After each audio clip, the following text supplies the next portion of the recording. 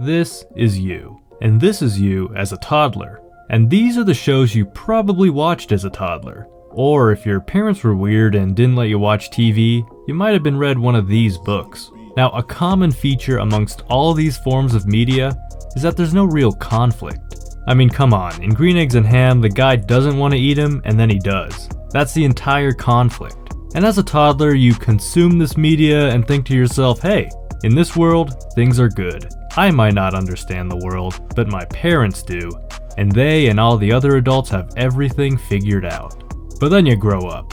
Fast forward to kindergarten and you start interacting with other kids. Now you realize that things don't always work out and conflicts can arise. This one time, right, I was in junior kindergarten, me and my buddy Pablo were drawing with crayons. Now he thought it'd be funny to scribble on my paper. So then I just want to remind everyone I was in junior kindergarten. I was a problem child, okay? And Pablo, if you're somehow watching this, I deeply apologize. Okay, so I bit Pablo's hand. I know, I was a jerk as a kid, like a really bad kid. But yeah, that's elementary school. But then you grow up to middle school, high school, and the beyond phase, where conflicts are a bit more covert. People don't just insult you in front of your face, they do so behind your back, and now on the internet.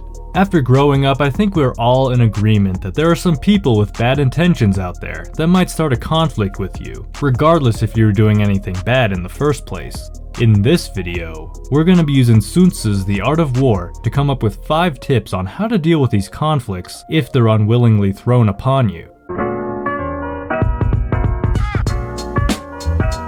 Hello and welcome to PhilosophyToons, and we're going to try and get some tips on conflict resolution from The Art of War.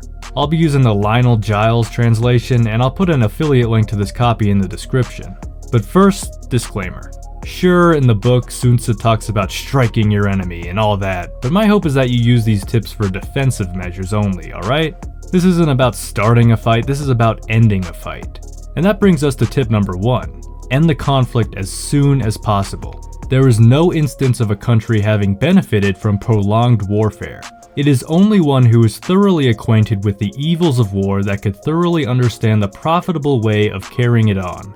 Okay, so why might someone prolong a conflict? Why would someone actually want to keep a fight going? The only reason I can think of is because they want their opponent to suffer. Hate is essentially the motivation. You could be in a position to walk away and end the conflict, but maybe the other person did something to you to a point where you just want to see them hurt. So that's the motivation for prolonging a conflict, some emotional scratch on the back. But is it worth it? To keep a conflict going, you're gonna need time, effort, and money in some instances. Is a momentary emotional satisfaction really worth all this? I'm also reminded of that one quote that equates hate with drinking a poison and hoping the other person dies. I mean, you hate this person, and yet you're willing to sacrifice your time and effort because of them? Well, when you phrase it like that, it seems like you're only giving your opponent more power over you. Wouldn't a more rational option be to just end the conflict and forget about your opponent? No longer allowing them to occupy your mind? Maybe that is true victory over someone. Tip number 2 is to be prepared. Now, I know my audience. You're all peaceful, chill people, but unfortunately not everyone in the world is. As much as we could hope and wish that other people will always do the right thing, we know this is a bit of a futile desire. It actually falls pretty in line with some parts of Stoicism to accept that there are just some bad people out there in the world. So what can we practically do to address this, because complaining about it isn't going to change anything?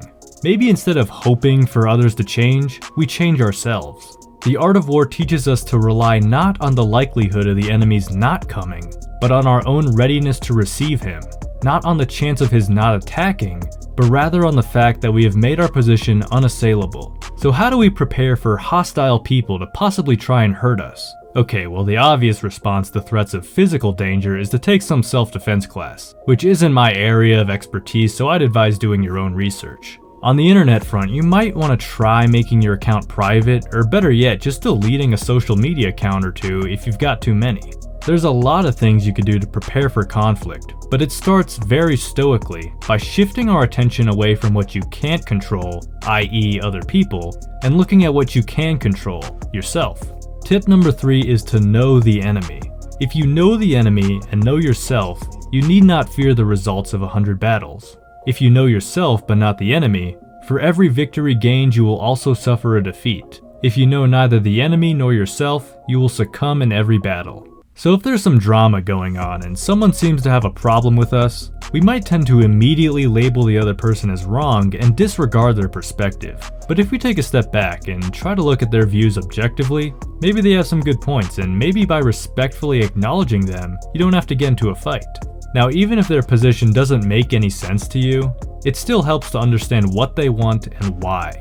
With every conflict, there seems to be a desire and a barrier preventing that desire from being fulfilled. Try to identify these elements and it could give you an upper hand. By either meeting the desire for them or eliminating the barrier, you could quickly end the conflict. Or maybe you could change their views on the desire, I don't know. I trust you guys to be creative. Tip number 4 is to fight like water. Military tactics are like unto water. For water in its natural course runs away from high places and hastens downwards. So in war, the way is to avoid what is strong and to strike at what is weak. Water shapes its course according to the nature of the ground over which it flows. The soldier works out his victory in relation to the foe whom he is facing. Therefore, just as water retains no constant shape, so in warfare there are no constant conditions. So take a look at your opponent. Is it someone you could deal with or not? I know, you're probably thinking, hey, I could take on anyone. I'm like Ash Ketchum over here. But what if your opponent is something big like an entire corporation or an organization of people? I'm not saying you're guaranteed to lose, but you gotta seriously evaluate what you're fighting for when you're fighting an uphill battle. So for example, right, back in elementary school, I wanted chocolate milk in the cafeteria. So I made petitions and led a protest, but I was essentially going up against unnamed school officials with a lot more power than me. Was all that work gonna be worth it? I mean, sure, chocolate milk is cool, but is it worth all the serious amount of work I'd have to put in going up against a much larger enemy? Probably not. On the other hand though, if you're fighting for a human or civil right, or fighting for some deeply held belief that you can't live without, then maybe that might be good enough motivation to fight even if your opponent is much bigger. The second part of this quote talks about changing conditions, and that's a no-brainer. Adapt to changing circumstances and be flexible. Sure, a plan is nice, but don't have any extreme loyalty to the plan if it no longer seems feasible. Alright, and finally, tip number 5 is the infamous art of war tip, use deception. All warfare is based on deception. Hence, when able to attack, we must seem unable. When using our forces, we must seem inactive. When we are near, we must make the enemy believe we are far away. When far away, we must make him believe we are near. Now, I know what you're thinking. How can you use this in a defensive way? Come on, PhilosophyToons, you can't keep up this pacifist interpretation forever. Well, allow me to give it a shot. People feed off emotional reactions. Remember as kids we were told to ignore bullies because they'd eventually get bored if we don't react to them? Isn't that kind of a form of deception? Acting unfazed, even though we were probably gonna feel a certain way about them making fun of our Yu-Gi-Oh t-shirt.